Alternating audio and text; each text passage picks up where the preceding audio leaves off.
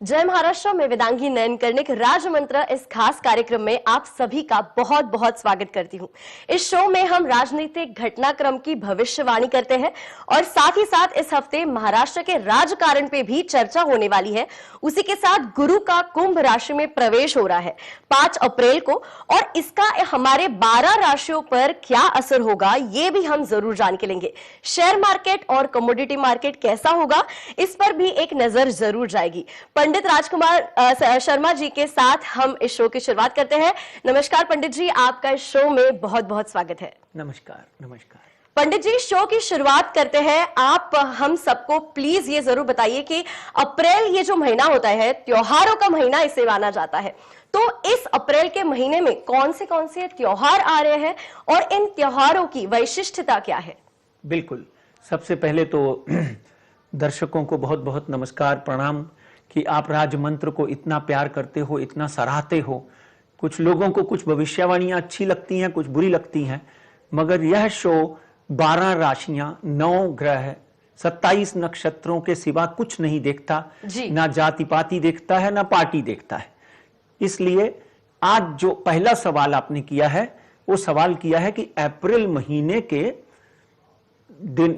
महीने में कौन कौन से मेजर त्योहार पड़ते हैं। बिल्कुल, इतना समझ लीजिए कि अप्रैल महीने में सबसे इंपॉर्टेंट त्योहार जो पड़ता है वो है हमारा संवत्सर, वैदिक new year. Hindu new year की शुरुआत जो है वो अप्रैल में ही शुरू होती है। अप्रैल के 11 और 12 तारीख को अमावस्या है और 12 तारीख के बाद में 13 तारीख को गुड़ी पाड़वा है। गुड़ी पाड़वा महाराष्ट्र में मनाया जाता है, गुजरात में मनाया जाता है, कर्नाटका एंड गोवा में मनाया जाता है। अगर आप गुड़ी पाड़वा की बात करें तो यह हिंदू नववर्ष की शुरुआत है जी। संवत 2078। अगर आप गुड़ी को देखेंगे हमारी स्क्रीन के ऊपर तो गुड़ी एक डंडे के ऊपर कपड़ा बांधा हुआ है, कपड़े के ऊपर एक बर्तन जो है वो रखा गया है। बर्तन रखने का मतलब यह है कि हमारे किचन में हम जो भी बनाएं, अन्नदाता, अन्न मां जो है वो हमको अच्छा आरोग्य प्रदान करे। उसमें नीम के पत्ते बांधे होते हैं ताकि हमें नीम जैसे कड़वे जड़ी बूटी और वनस्पति से हमारा शरीर स्वस्थ रहे जी। साथ में उसके साथ मीठे पताशे बांधे होते हैं ताकि हमारे जीवन में मिठास कभी खत्म ना हो। और उसी के साथ में आपने देखा होगा एक लहर लहराता हुआ झंडा बांधा होता है। झंडे का मतलब होता है किसी भी चीज का कपड़ा। कपड़ा जो है वो हमारे वस्त्र को ढकता है। इसलिए गुड़ी पाड़वा के दिन यह समावेश कितना खूबसूरत हमारे बुजुर्गों ने, हमारे मनीषियों ने बनाया है कि हम गुड़ी पाड़वा के दिन ये प्रण करें कि हम अच्छा खाएंगे, अच्छा विचार करेंगे, हमारे बर्तनों में हमेशा बरकत रहे, हमारे घर में कभी भी अन्न जो है वो खत्म ना हो और हमें आरोग्य प्रदान हो, हमारे जीवन में वस्त्र जो है उनकी कभी भी कमी ना आए। इसलिए इसी दिन से नवरात्रों की शुरुआत होती है जी। चैत्र नवरात्रों का आरंभ जो है इसी दिन से शुरू होता है। इसी दिन आदि शक्ति मां दुर्गा के 9 रूपों की पूजा होती है। यानी यह समझ लीजिए कि इन 9 रूपों में मां भगवती के 9 रूप जो हैं आपके सामने प्रकट होते हैं और इन 9 दिनों में जो भक्त हैं जो मां की पूजा करते हैं वो तरह तरह से मां को रिझाते हैं, उपवास रखते हैं, मां को चुनरी, साड़ी, बैंगल यानी बंगड़ी और सिंदूर जो है वो अर्पण करते हैं। रोज मां का अभिषेक करते हैं, रोज मां की आराधना करते हैं। और अगर इन 9 दिनों में जो भी व्यक्ति 9 दिन माता की आराधना करता है उसके जीवन में सुख, समृद्धि, ऐश्वर्य इसकी कोई कमी नहीं आती, व्यापार में भी वृद्धि बनी रहती है।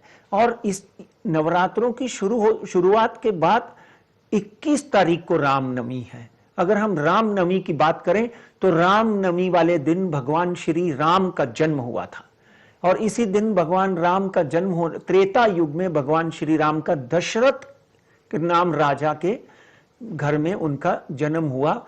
विष्णु के अवतार भगवान राम जो है, अभी तो राम मंदिर भी बन गया, भव्य आयोजन राम मंदिर में होने वाले हैं।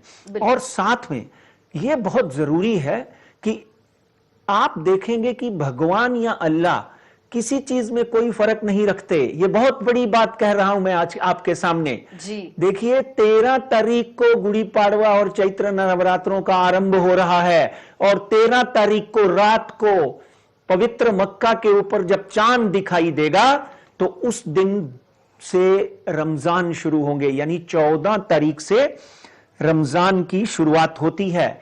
रमजान इस्लामिक महीने के 9वें महीने में पड़ता है और इसी के साथ में 40 दिन का जो शुरू हो जाता है रमजान का महीना। रमजान के महीने में जितने भी रमजान रखने वाले रोजा होते हैं, लोग रोजा रखते हैं, वो लोग सुबह अर्ली मॉर्निंग फजर की नमाज पढ़ के खाना खा लेते हैं और उसके बाद में सारा दिन इवन पानी भी उनको जो है वो वर्जित है, पानी भी नहीं पी सकते।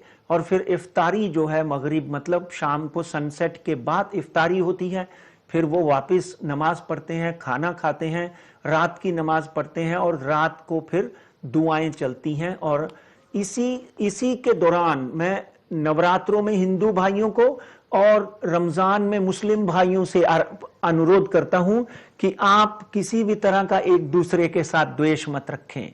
जब भगवान आपको बार बार बता रहे हैं, अल्लाह आपको बार बार बता रहे हैं कि देखिए मैंने कोई फर्क नहीं रखा, आप लोग आपस में क्यों फर्क रख रहे हो, इसलिए इन दिनों आप एक दूसरे की मदद करें। चैत्र नवरात्रों में हिंदुओं को, जो हिंदू मेरे भाइयों को जो कोरोना पीड़ित हैं या कोरोना में उनके बिजनेस खत्म हो गए हैं, एक दूसरे की मदद करें। सिमिलरली मुस्लिम भाई जो हैं जिनको इफ्तारी के लिए या सहरी के लिए भोजन उपलब्ध नहीं है, आप उन लोगों की मदद करें, एक दूसरे की मदद करें। जब भगवान ने किसी भी तरह का कोई भी फर्क नहीं समझा तो आदमी को भी एक दूसरे के साथ फर्क नहीं समझना चाहिए। उसके और साथ ही में अगले महीने 12 के 13 तारीख को जैसे ही वापस चांद दिखेगा, ईद आ जाती है।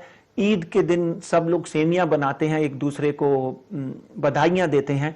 मगर अप्रैल में 27 तारीख को हनुमान जयंती भी पड़ती है। हनुमान जयंती के दिन आप हनुमान जी को लंगोट अर्पित करें, हनुमान जी की आराधना करें, हनुमान जी को आप हनुमान चालीसा पढ़ें। इसलिए इस संवत का जो राजा है वो मंगल है और इस संवत का जो मंत्री है वो भी मंगल है। इसलिए प्रमादी संवत खत्म होने के बाद आनंद संवत आता है। मंगल में एक आदमी को गुस्सा बहुत होगा, आंदोलन होंगे और कहीं ना कहीं अपने आप पर कंट्रोल रखना पूरे बरस में बहुत जरूरी है। जी, बहुत बहुत शुक्रिया पंडित जी इस सब को विस्तार में बताने के लिए। और जब हम महाराष्ट्र की राजनीति की बात करते हैं तो एक बहुत ही बड़ा चेहरा, एक बहुत ही बड़ा नाम यानी शरद पवार जी। तो पंडित जी आपसे जानना चाहूंगी कि कुंडली के हिसाब से शरद पवार जी जो है उनकी तबीयत जो है वो कैसे होने वाली है, कैसे रह सकती है आने वाले कुछ दिनों में?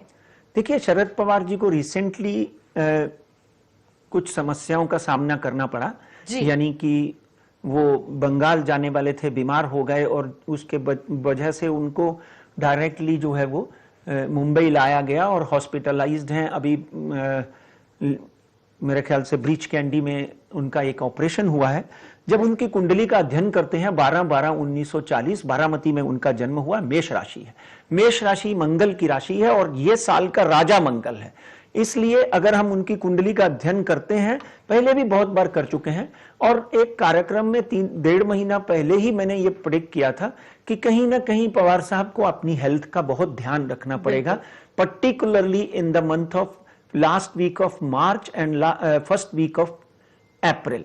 तो कहीं ना कहीं ये समस्या जो है वो उनको झेलनी पड़ सकती है। अभी उनका गॉल ब्लैडर में कुछ स्टोन्स थे, कहते हैं कि जो पेपर में आता है वो स्टोन्स निकाल दिए गए हैं। और उनके स्वास्थ्य की बात करें तो इस वक्त उनकी बुध की महादशा चल रही है। 19/9/2019 से उनकी बुध की महादशा शुरू हुई है और 25/3/2022 से उनकी प्रकृति जो है वो खराब होनी शुरू हुई। पेट में दर्द की शिकायत की उन्होंने।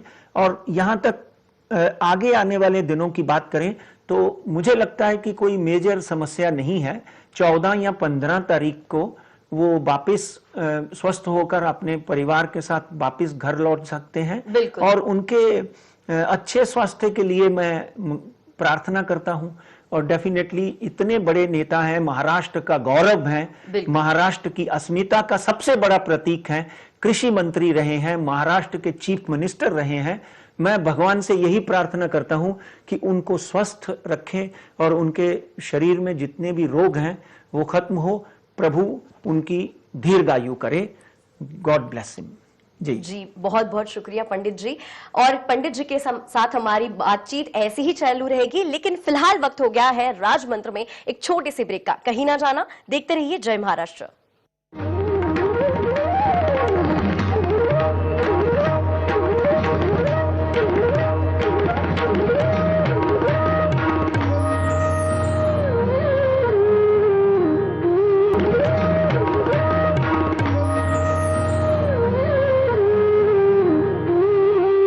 नमस्कार, मैं वेदांगी नयन कर्णिक फिर एक बार आपका राजमंत्र इस विशेष कार्यक्रम में बहुत बहुत स्वागत करती हूं। और आज हम बात कर रहे हैं हमेशा की तरह पंडित राजकुमार शर्मा जी के साथ। पंडित जी, हम बढ़ते हैं अगले सवाल की ओर। गुरु का कुंभ राशि में प्रवेश हो रहा है 5 अप्रैल को। सो इसका जो 12 राशियां हैं हमारी, उन पर क्या क्या असर होगा ये हम जरूर जानना चाहेंगे। सबसे पहले बात करते हैं मेष राशि से लेकर कन्या राशि की। देखिए, गुरु का इस वक्त तक अगर आप देखेंगे शनि के साथ में जो युति थी उसकी वजह से कोरोना जो है वो बढ़ता गया और कहीं ना कहीं अस्वस्थता आई, शेयर मार्केट में भी थोड़ी बहुत डिस्टरबेंस हुई। मगर अब बात करते हैं 12 राशियों के ऊपर। इससे इसको बहुत गहनता से समझ कर लीजिए और आगे भी 1-2 शो हम करेंगे इसी के ऊपर। गुरु अभी कुंभ राशि में चले जाएंगे, वहां से अपनी राशि मीन राशि को देखेंगे। तो मेष राशि वाले ध्यान रखें अपने स्वास्थ्य का। अभी हमने शरद पवार साहब की हेल्थ की बात की, अपनी ये 15 दिन तक है, अपनी हेल्थ का ध्यान रखें। मगर धन के बड़े सुंदर योग बनते हुए दिखाई देते हैं। वृषभ राशि वाले, शुक्र की राशि है, कहीं ना कहीं ऐश्वर्य और नई अपॉर्चुनिटी आपको आती हुई दिखाई देगी। मिथुन राशि अपने कहीं ना कहीं अपने स्वभाव को, अपनी भावनाओं को कंट्रोल में रखें। उत्तेजित होकर, क्रोधित होकर किसी से बात मत करें। और कर्क राशि की बात करें, रेस्टलेस रहेगी। अगर डायबिटीज एंड ब्लड प्रेशर है तो डेफिनेटली अपनी औषध टाइम पर लें। सिंह राशि वालों से अनुरोध है कि अपने हृदय का, अगर आपको दिल की बीमारी है और किसी न किसी तरह ब्लड प्रेशर की बीमारी है, सेहत का यानी प्रकृति का ध्यान रखें। व्यापार में वृद्धि होती हुई दिखाई देती है। कन्या राशि वालों का सम्मान बढ़ेगा, सामाजिक सम्मान बढ़ेगा और विद्या में विद्यार्थियों को यश मिलेगा। जी क्या बात है। तो ये काफी अच्छी बातें हैं और ये देखने के लिए हम ऑलरेडी एक्साइटेड है कि आगे अभी हमारे साथ होता हुआ क्या दिखाई देगा। और इसी के साथ बात करते हैं बाकी 6 राशियों की। पंडित जी, तुला राशि से मीन राशि तक इनके लिए कैसा होने वाला है आने वाला समय? देखिए, तुला राशि में इस वक्त अगर हम शुक्र की बात करें तो शुक्र, सूर्य और बुध इकट्ठे मेष राशि में बैठे हुए हैं। तो तुला राशि वालों को कोई भी चीज जल्दबाजी से नहीं लेनी है। कोर्ट कचहरी के मामले में सावधान रहना है। वृश्चिक राशि की बात करते हैं तो वृश्चिक राशि की बात करें तो वृश्चिक राशि वालों को एक बात ध्यान रखनी है कि कहीं ना कहीं अपने सीक्रेट्स किसी को नहीं बताने हैं। सीक्रेट्स बताएंगे तो आपको तकलीफ होगी। आगे बात करते हैं धनु राशि की। धनु राशि की बात करें तो गुरु आपकी राशि का स्वामी है जो कुंभ राशि में चला जाएगा। आपको कोई बड़ा अपॉर्चुनिटी, बड़ा मौका मिल सकता है। अपना पूरा ध्यान दें और तब आगे बढ़ें।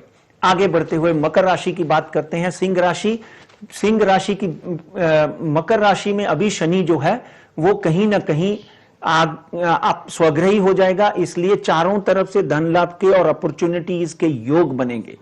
All the best. अब बात करते हैं कुंभ राशि की। कुंभ राशि में गुरु गए हैं, अपना ध्यान रखें, अपनी सेहत का ध्यान रखें। मीन राशि वालों को कोई नया काम शुरू करने के लिए मौके मिलेंगे, विदेश यात्रा होती हुई दिखाई देती है। जी बहुत बहुत शुक्रिया पंडित जी ये बताने के लिए। और इसी के साथ राजमंत्र में वक्त हो गया एक छोटे से ब्रेक का। कहीं ना जाना, देखते रहिए जय महाराष्ट्र।